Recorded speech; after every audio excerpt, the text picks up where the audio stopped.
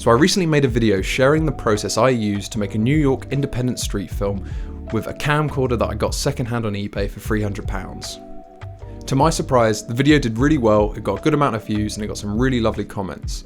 However, one criticism I received was that the camera wasn't a cheap camera, because it still cost between £300 and £400. And whilst I still think, considering the features and the final results you can get with this camera, this is still a very fair price, I do understand that even if it's cheap relative to cinema cameras, £300 and £400 is still a significant amount of money.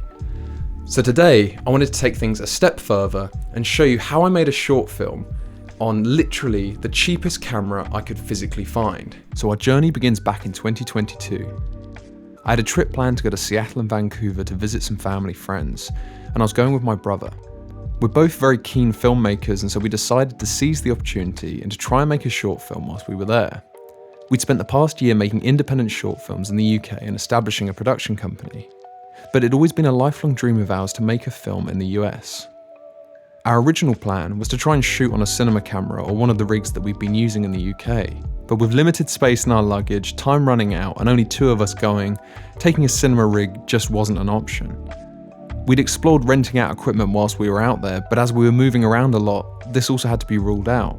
And so as we were running out of time, we decided to make a risky decision. Introducing the JVC GZ-MS90EK.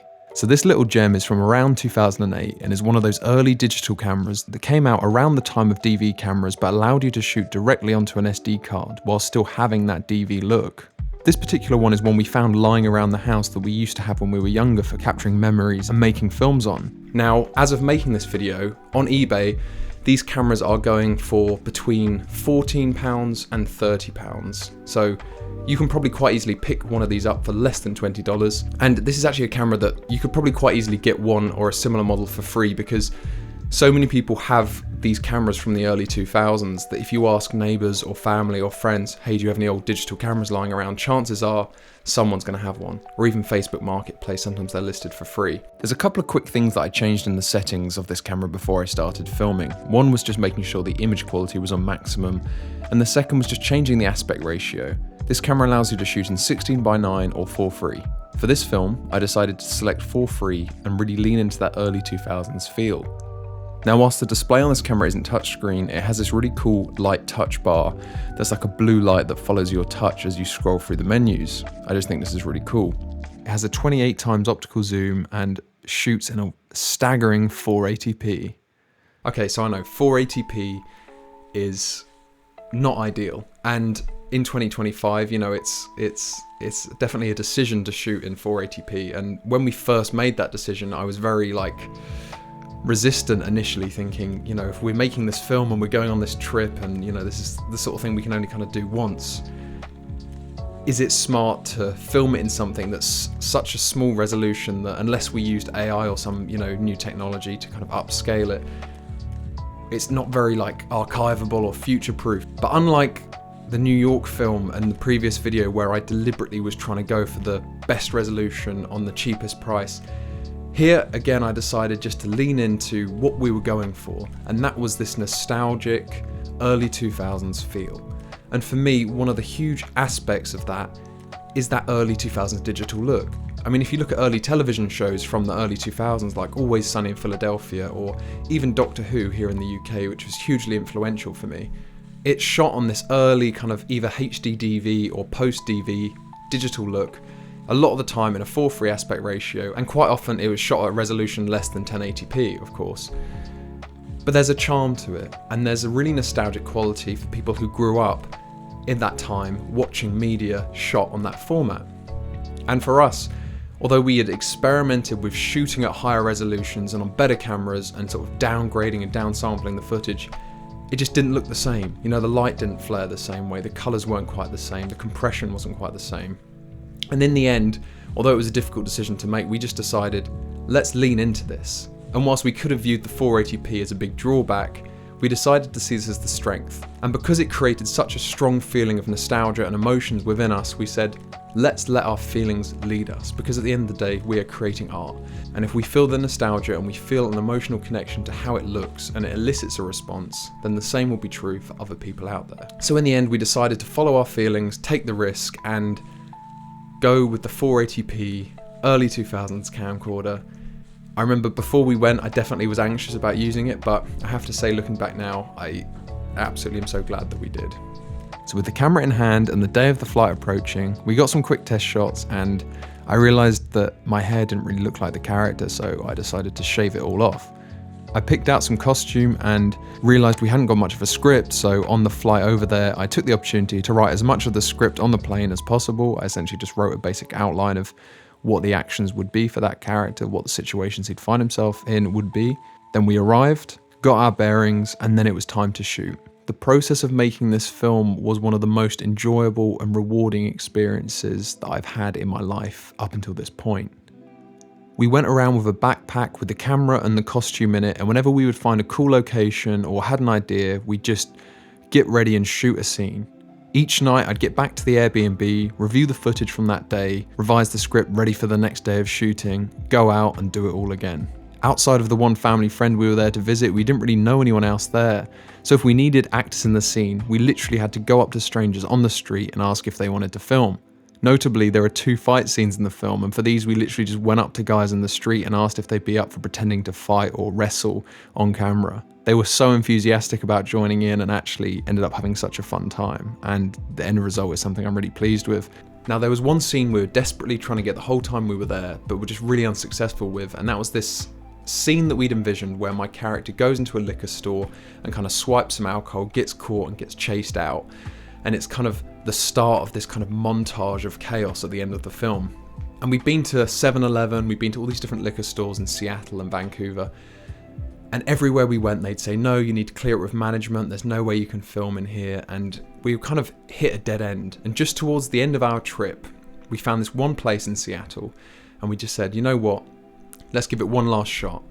And so we went in the day and we thought, we'll see if they'll let us film. And if they say yes, we'll come back tonight and we'll get what we need. And so we went up to the employee and we said, hey, we're here from the UK and we're just making a short film. We just need to get one very basic shot of me pretending to steal alcohol. We'll pay for the bottle ahead of time just so you know we're not actually trying to steal it. And would this be something you would allow? And annoyingly, he said, unfortunately, the manager's out of town. You're going to have to get clearance. You'd have to do it in advance. How long are you here for? And we said, we're literally leaving tomorrow.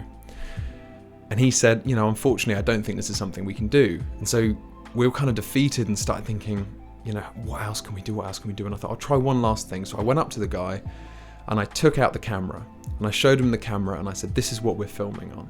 Is there any chance we can do this? And the minute he saw the camera, his whole energy changed because he realized, oh, okay, this isn't some threatening film crew coming in or some big camera that all the customers will look at on, you know. He realized, okay, if it's just being shot on that, then that's not a big deal, that's no problem. And to us, of course, you know, the film meant a lot to us, but because he kind of saw this is just an independent thing and these guys are just here with this sort of handy cam and they're doing something that isn't kind of threatening to the business, he said yes. And so we went back that night with the camera and we got exactly what we needed and it came out great. The employees that were working at the time were really, really nice and receptive to us. Funnily enough, a lot of the staff that were working there happened to be actors.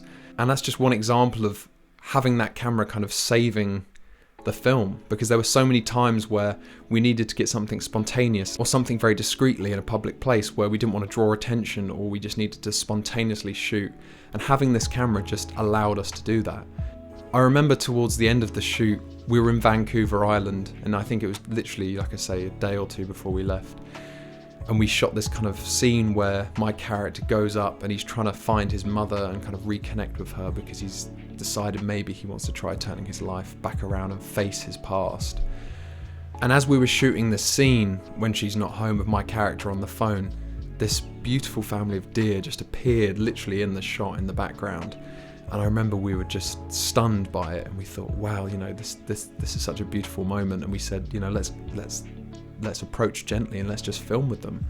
And we got this exchange that we filmed of my character looking at this family and kind of realizing his lack of family and recognizing within this animal exactly what it was he was missing, which kind of ends up being the pivotal moment where the character decides to go on this kind of chaotic journey into self-destruction. And it's one of those moments that, again, just having that camera and just shooting in that style with just me and my brother just enabled us to really capture a moment that we couldn't have scripted and we couldn't have planned for. The trip had been a massive success. We got more than we could have dreamed of, and with a few quick pickup shots in the UK, we'd finished our film. Not only did the film say everything I wanted it to say, but it now held all these amazing memories of the week spent there, the new places we went to and the new friends we made along the way. And when I watch it back today, all those memories come flooding back to me and I'm just filled with this really warm, gratifying feeling. When the film was finally released, I was struck by the response. Not only did the video get some really lovely comments talking about how people had found the themes relatable, but I had people in my personal life for the first time really take me aside and say how the film had impacted or spoken to them, and that's something I just hadn't really had up until this point. You know, we'd had a blast making the film, but it had also been a vehicle for me to explore some really personal and difficult themes that I was trying to process in my own life at the time. And we'd ended up making this film about self-destructive behaviour, addiction, and being stuck in cycles of creating chaos. While the experience of the characters are fictitious and heightened for drama, this character represented a part of me that I'd been reckoning with at the time, and the film really helped as a way of processing and releasing some of those feelings and exploring that part of myself. And the camera that we used really informed so much of the process. It really let us make all these discoveries along the way and really refine our vision and these themes, and it allowed us to shoot in places we never could have gotten into with a bigger camera and capture moments that only could have happened once.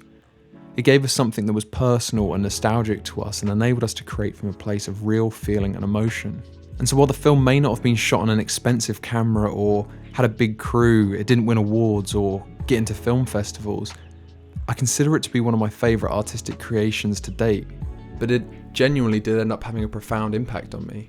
And I think a part of it is the choice of camera was so personally nostalgic to me that it meant that I was creating from this place of real emotion and real connection to what we were doing.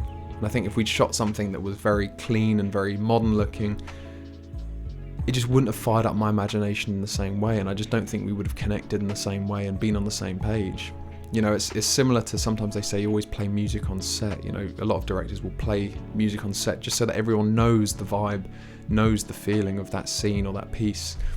You know, and in our case, because we were checking playback so much because we could on this camera, shooting in that format really just helped us create something that just snowballed and snowballed into something that, even though I'm sure it won't be for everyone, for us and our friends it ended up being really personally fulfilling and gratifying. So don't be afraid to do something different. Don't be afraid to go against convention and use technology that's unexpected or different, because, you know, if you try and do the same as everyone else, there's probably someone doing it better than you, you know. But if you try and do something your own way and in a unique way, you know, then there's less people doing it and there's more chance that you're actually gonna shine through.